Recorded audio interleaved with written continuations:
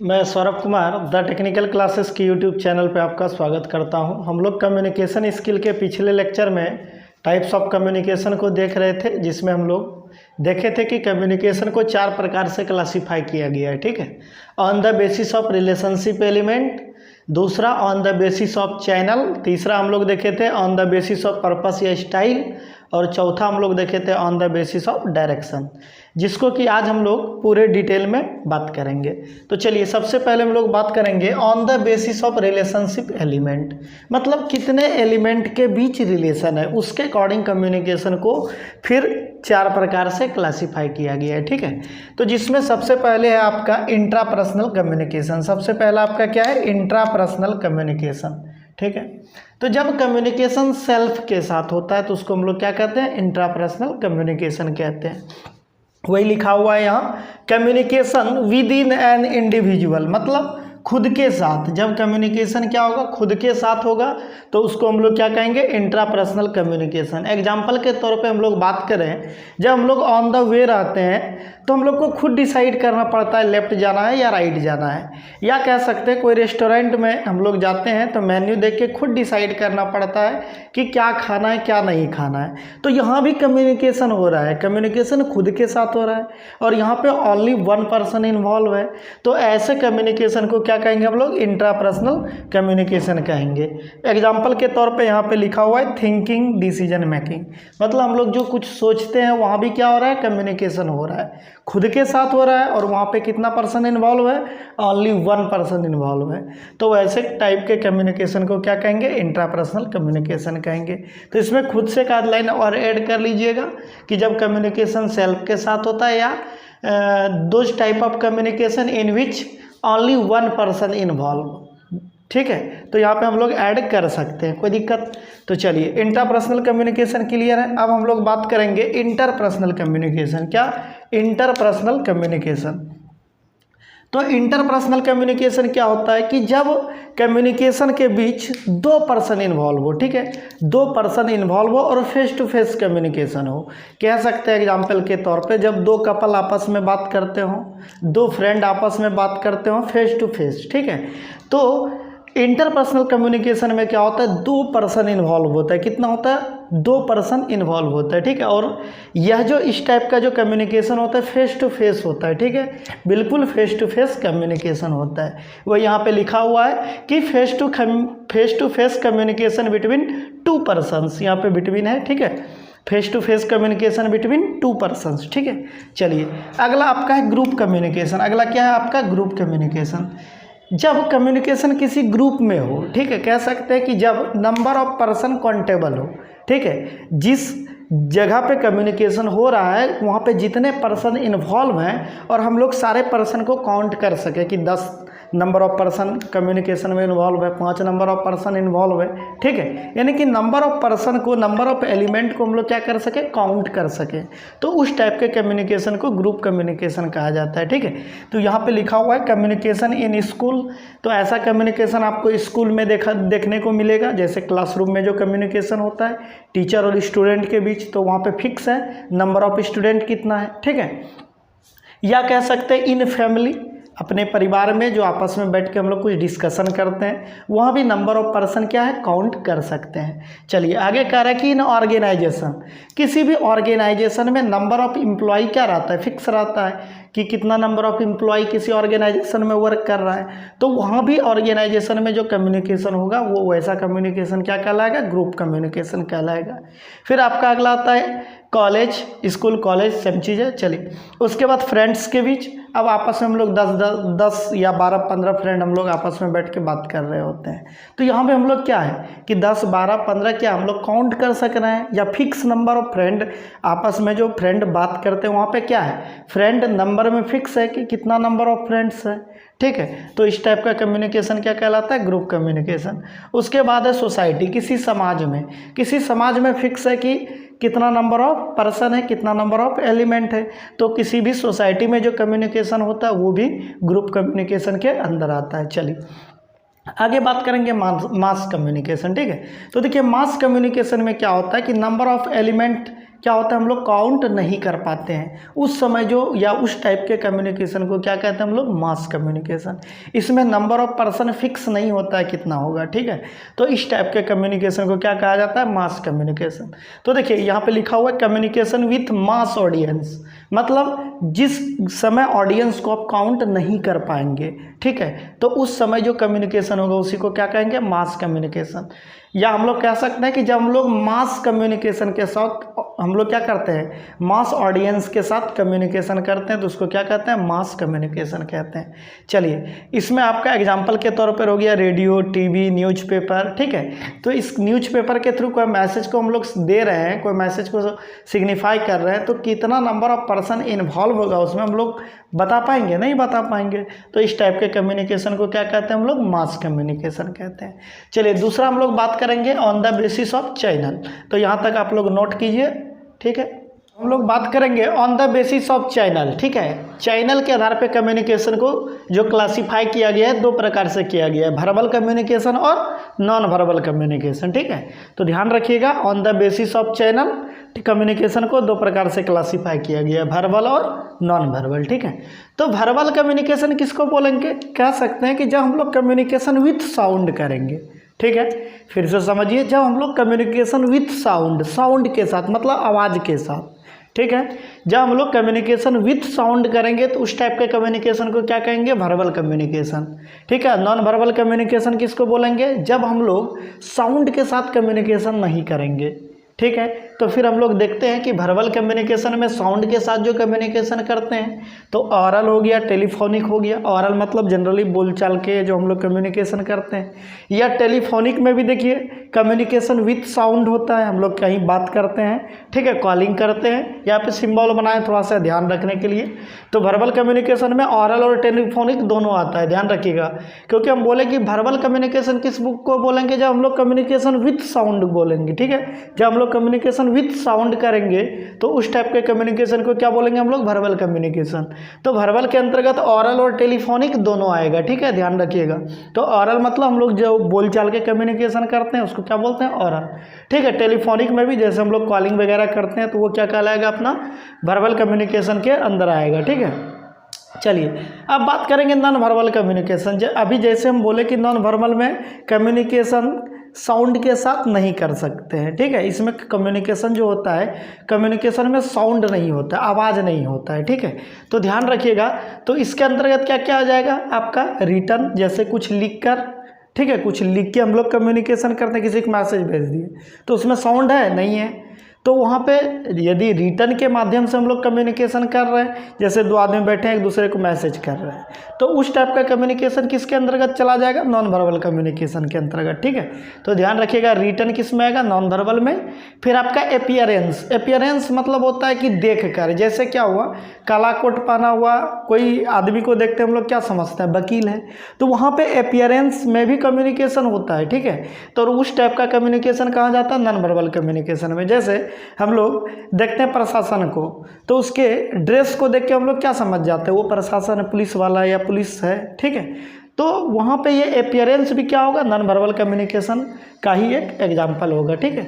उसके बाद जैसे कोई व्हाइट कोट में रहता है, हम लोग क्या समझ जाते हैं, डॉक्टर होगा, नर्स होगा, समझते हैं कि नहीं समझते हैं। तो यहाँ पे एपियरेंस भी नॉन वर्बल कम्युनिकेशन के अंतर्गत आता है। उसके बाद आपका आ गया बॉडी लैंग्वेज।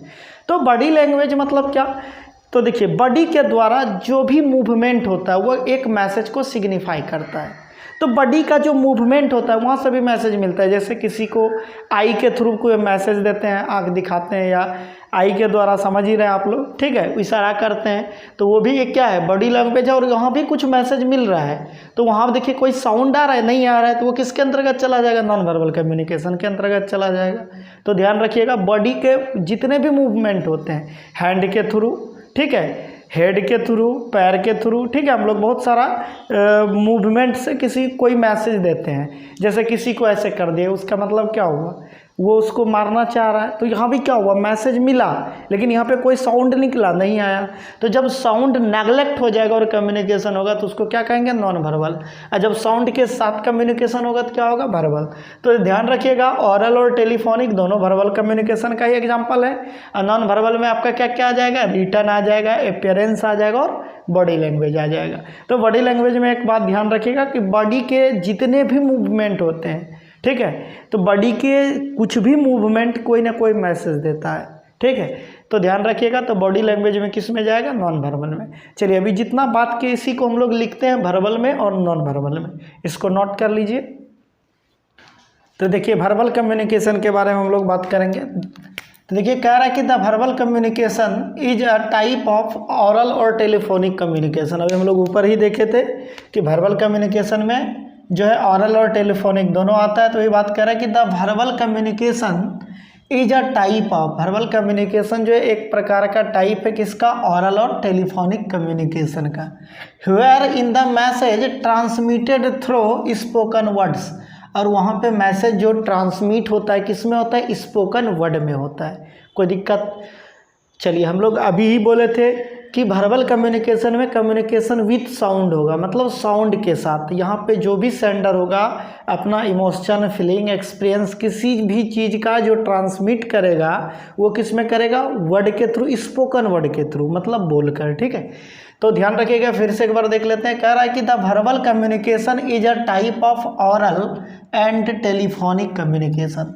जो वर्बल कम्युनिकेशन है ऑरल और टेलीफोनिक कम्युनिकेशन का एक टाइप है। कह रहा है कि wherein the message transmitted through spoken word, और वहाँ पे जो मैसेज ट्रांसमिट होता है किस में होता है, स्पोकन वर्ड में होता है।